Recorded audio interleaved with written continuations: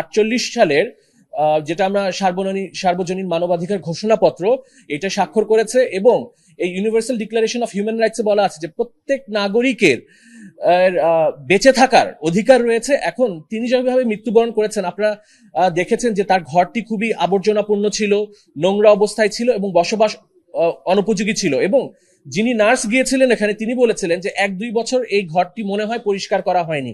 এই পরিস্থিতি, এই অমানবিক পরিস্থিতিতে মানবাধিকারের কোনো চরম লঙ্ঘন হয়েছে কিনা এটি নির্ণয় করার জন্য আমরা তদন্ত চেয়েছি।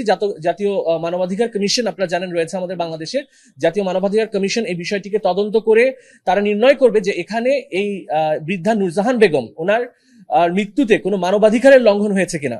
দ্বিতীয়ত আমরা চেয়েছি যে তিনি যে মৃত্যুবরণ করেছেন, এখানে মৃত্যুর সঠিক কারণটি নির্ণয় করার জন্য, কারণ 7 দিন ধরে একটি লাশ একটি মহানগরের একটি গুরুত্বপূর্ণ স্থানে এভাবে পড়ে আছে, কিন্তু কেউ তার খোঁজ খবর নিল না, একাকিত্ব অবস্থায় তিনি লাশ হয়ে পড়ে রইলেন। এই বিষয়টি তদন্ত করে আমাদের ফৌজদারি, আমাদের দণ্ডবিধিতে যে অবহেলাজনিত মৃত্যু হয়েছে কিনা সেটি নির্ণয়ের জন্য। এবং তৃতীয় যে বিষয়টি আমরা কোর্টের কাছে চাচ্ছি সেটা হচ্ছে, আপনারা জানেন যে প্রত্যেক উন্নত দেশে কেয়ার গিভার, যারা বয়স্ক রয়েছেন, কেয়ার গিভার, তাদের পরিচর্যাকারী বা নার্স প্রদান করা হয় রাষ্ট্র থেকে। এটি রাষ্ট্র বা সরকারের দায়িত্ব যে যারা বয়স্ক এবং ইনফার্ম পার্সন রয়েছে, মানে নিজেদের শারীরিক অবস্থা তারা নিজেরা দেখাশোনা করতে পারে না, তাদেরকে পরিচর্যাকারী বা নার্স প্রদানের জন্য আমাদের যে সমাজ কল্যাণ অধিদপ্তর আছেন, তারা কেন এই আমাদের দেশে যারা 65 বছর ঊর্ধ্বে রয়েছেন বয়স্ক এবং যারা নিজেদের দেখাশোনা করতে পারেন না, তাদেরকে কেন পরিচর্যাকারী বা নার্স প্রদান করা হবে না, এই মর্মে আমরা নির্দেশনা চেয়েছি। এই রিটটি আগামী সপ্তাহে হিয়ারিং করার জন্য আমরা আদালতে জমা দিয়েছি এবং আমরা আশা করছি যে আমরা এই রিটে আদালতে নির্দেশনা দিলে মৃত্যুর সঠিক কারণ নির্ণয় করা সম্ভব হবে। এখানে একটি অপমৃত্যুর মামলা হয়েছে, যেটাকে আমরা ইউডি কেস বলি, আনন্যাচারাল ডেথের বলি। অপমৃত্যুর মামলা হয়েছে এবং মামলাটি করেছে কিন্তু তার মেয়ে করেছেন, এবং আপনারা জানেন যে তার একজন সন্তান সরকারের উচ্চপদস্থ কর্মকর্তা। কাজেই এখানে পুলিশ যথাযথভাবে তদন্ত করতে পারবে কিনা, উনি, আমি আসলে নাম বলতে চাচ্ছি না, উনি একজন যুগ্ম সচিব এবং বন্দর কর্তৃপক্ষের সাথে আছেন। পুলিশ আসলে যথাযথ তদন্ত করতে পারবেন কিনা এই বিষয়টি আমরা সন্দিহান। এজন্যই আমরা এখানে তদন্তে চেয়েছি যে একজন ফার্স্ট ক্লাস ম্যাজিস্ট্রেট কর্তৃক যাতে এই মৃত্যুর সঠিক কারণটি নির্ণয় হয়। এবং আমাদের জাতীয় মানবাধিকার কমিশন, আপনারা জানেন যে জাতীয় মানবাধিকার কমিশন একটি পুরাতন সংস্থা। তাদের কাজ হচ্ছে এই সার্বজনীন মানবাধিকারের যে ঘোষণাপত্র, এটিকে বাস্তবায়ন করা বাংলাদেশে।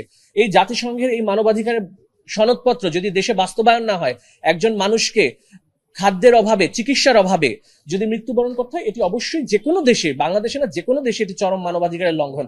আরেকটি বিষয় বলতে চাই, 2013 সালে পিতামাতার ভরণ পোষণ আইন, আপনি জানেন, প্রণীত হয়েছে এবং 2023 সালে পিতামাতার ভরণ পোষণ বিধিমালা প্রণয়ন হয়েছে, যেখানে সন্তানের দায়িত্ব রয়েছে প্রত্যেক পিতামাতার প্রতি। তার উপার্জনের একটি টাকা তিনি তার পিতামাতাকে দিবেন তার চিকিৎসার জন্য, তার বাসস্থানের জন্য, তার খাদ্যের জন্য। আমাদের বিদ্যমান আইনে যেখানে বাধ্যবাধকতা রয়েছে, এবং এটি কিন্তু একটি দণ্ডনীয় অপরাধ, 3 মাস পর্যন্ত সাজার বিধান রয়েছে, সেখানে একজন নারী বৃদ্ধা, যিনি মা, যার সন্তানরা বাংলাদেশে অবস্থান করছে, সেখানে 7 দিন ধরে তার মৃতদেহ পড়ে আছে একটি বাসায়। এই বিষয়টি কেউ জানে না, রাষ্ট্রের আইন শৃঙ্খলা বাহিনী জানে না, ওই বাসার যে আত্মীয় স্বজন প্রতিবেশীরা আছে তারা জানে না। এটি সন্দেহজনক এবং এই বিষয়টি সঠিক তদন্তের জন্যই আমরা বিচারিক তদন্ত চেয়েছি। নাম কেন বলতে চাচ্ছি না, কারণ এখানে আসলে প্রকৃত কারা দোষী। কারণ দেখেন, এখানে আমরা মানবাধিকার আপহোল্ড করার জন্য আসছি।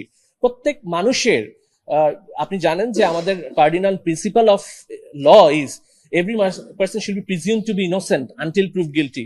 ওনাকে আমি এখনই দোষারোপ করতে পারছি না, ওনার বিরুদ্ধে একটি তদন্ত চলছে। কাজেই ওনার একটি আত্মমর্যাদা, ব্যক্তি মর্যাদা রয়েছে, উনি একজন দায়িত্বশীল পদে আছেন। আমি একজন দায়িত্বশীল ব্যক্তির নাম এভাবে সঠিক জায়গায় যদি তদন্তে আসে, অবশ্যই তদন্তে যারা এর সাথে দোষী তাদের বিরুদ্ধে আইনানুগ ব্যবস্থা নেওয়া হবে, এই মর্মে আমরা আদালতকে প্রার্থনা করেছি।